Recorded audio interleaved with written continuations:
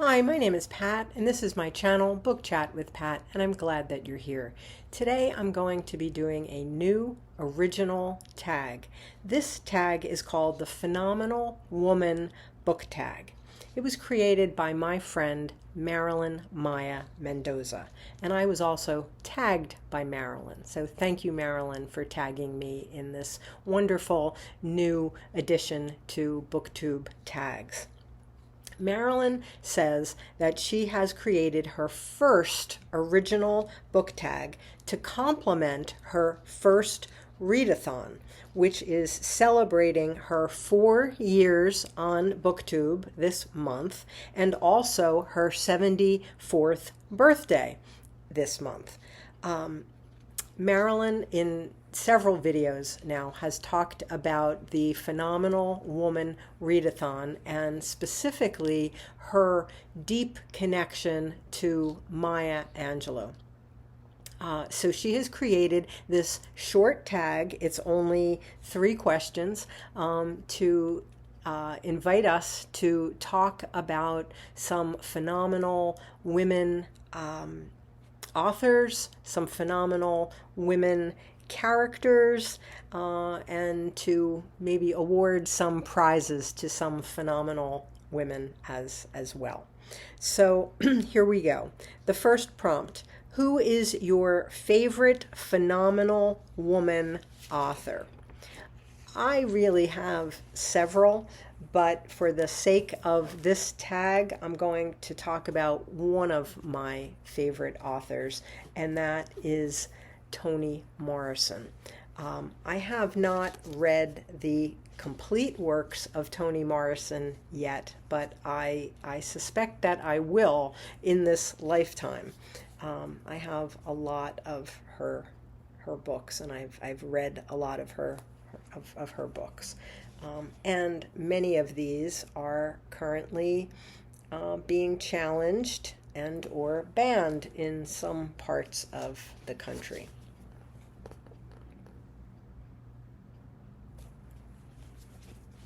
I've talked about Toni Morrison in a number of videos, both in talking about banned books and just talking about favorite books and books that I think are sort of unsung. Try to get rid of the glare there. And then I also have selected essays, speeches, and meditations. This was a late collection. So Toni Morrison is my phenomenal woman favorite author. Number 2, what book features your favorite phenomenal woman character? For this, I just simply could not come up with one character. I have several. I have a couple of children characters who are favorites of mine. Claire Keegan's Foster is told by a nameless female child narrator, and this is a character whose story just deeply resonated with me. So she would certainly be one on my list. I also love the child narrator Scout Finch in Harper Lee's To Kill a Mockingbird, and I've talked in many videos about the importance of this book in my own life.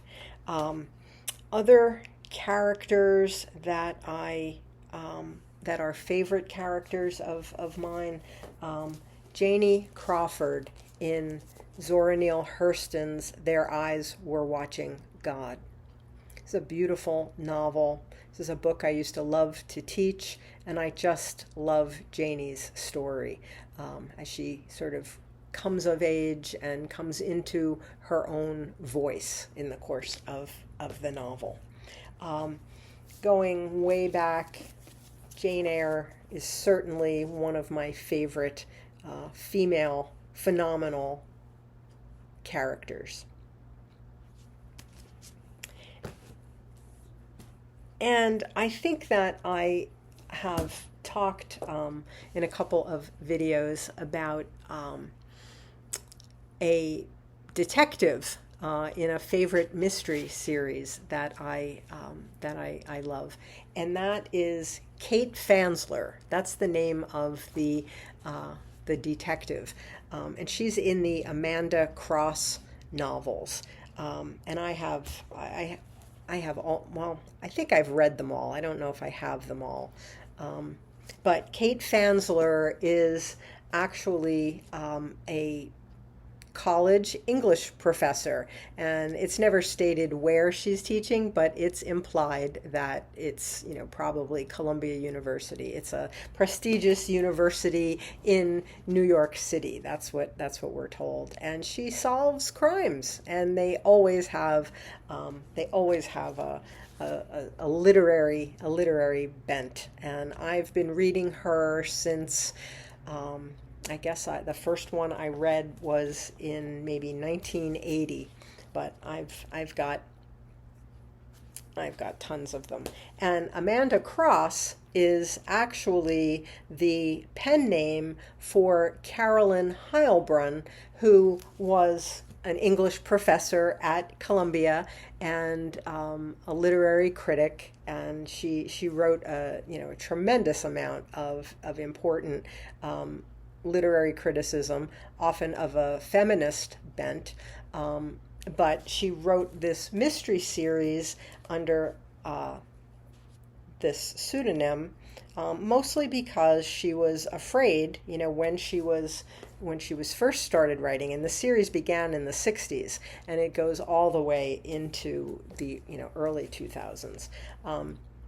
But her thinking was that she would be criticized by a mostly male English department, and that it might jeopardize her position at Columbia. She actually is the first female to become a tenured professor at Columbia University.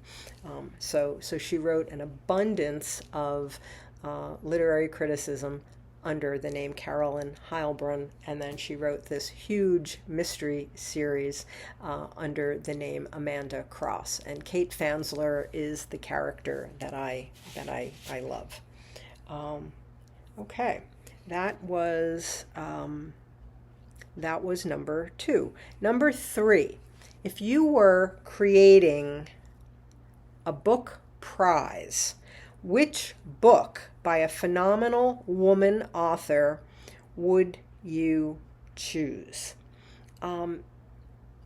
One that came to mind right away was Barbara Kingsolver's Demon Copperhead, which has already won a lot of prizes. So that's not going to be my answer, but that is certainly the first thing that came to my mind when I saw this question, because she brings attention through fiction to the opioid epidemic in this country in a deeply moving way. So I think it's a really, really important book, and one absolutely deserving of all of the attention and awards that it has gotten so far. Some books that I would like to give awards to that have not been quite so recognized, I would posthumously award Mary Oliver's Devotions. And this is kind of her, it was the last poetry book that she published, and it's selected poems of Mary Oliver, but it does cover at least a representative sample of her entire career. And the reason she would be getting an award is that she has done more, or she did more in her lifetime than almost anybody I can think of, to make poetry inviting and accessible to people who think that don't understand poetry, or they can't read poetry, or they don't like poetry. I think she's worked miracles. So that would be one. Another person I would give an award to is Judy Blume. And I have here her probably most famous book, Are You There, God? It's Me, Margaret. She has done more for young girls and young, female adolescents than just about any writer I can think of. And she is also being attacked again. She's often on banned book lists. The state of Utah has come out against her. Not this book, another one of her books. But I'd be giving Judy Blume awards all over the place. And a book I have talked about in other videos. I would give an award to Susie Boyt's Loved and Missed. This is an exquisite short novel about, it is about drug abuse, but to me, this book was more about what it's like to care for and love someone who isn't emotionally capable of loving you back because they are so disabled by their drug abuse. And this book spoke to me deeply. Okay. Number 4, tag some phenomenal women booktubers. Well, I have a whole list of phenomenal women booktubers, and it's a huge list, and I'm not going to read all the names. I'm going to put them in the notes. But I'm also adding to my list some phenomenal men booktubers who celebrate the works of phenomenal women authors on their channels as well. So it's a big list, and I'm not going to read the whole list, but I'm just going to include all of the names in the notes. And I really would love to see this tag take off so that we can celebrate phenomenal women and celebrate our Marilyn Maya Mendoza, who brings such a wonderful perspective to the Booktube community.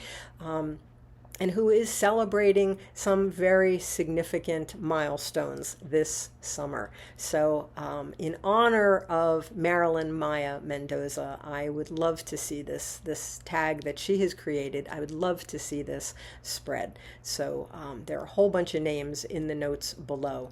And additionally, if you are watching this, and if I somehow have not included your name, because it's just impossible for me to get all of the phenomenal people out there in a list, please consider yourself tagged, and let's spread the phenomenal woman joy all over Booktube.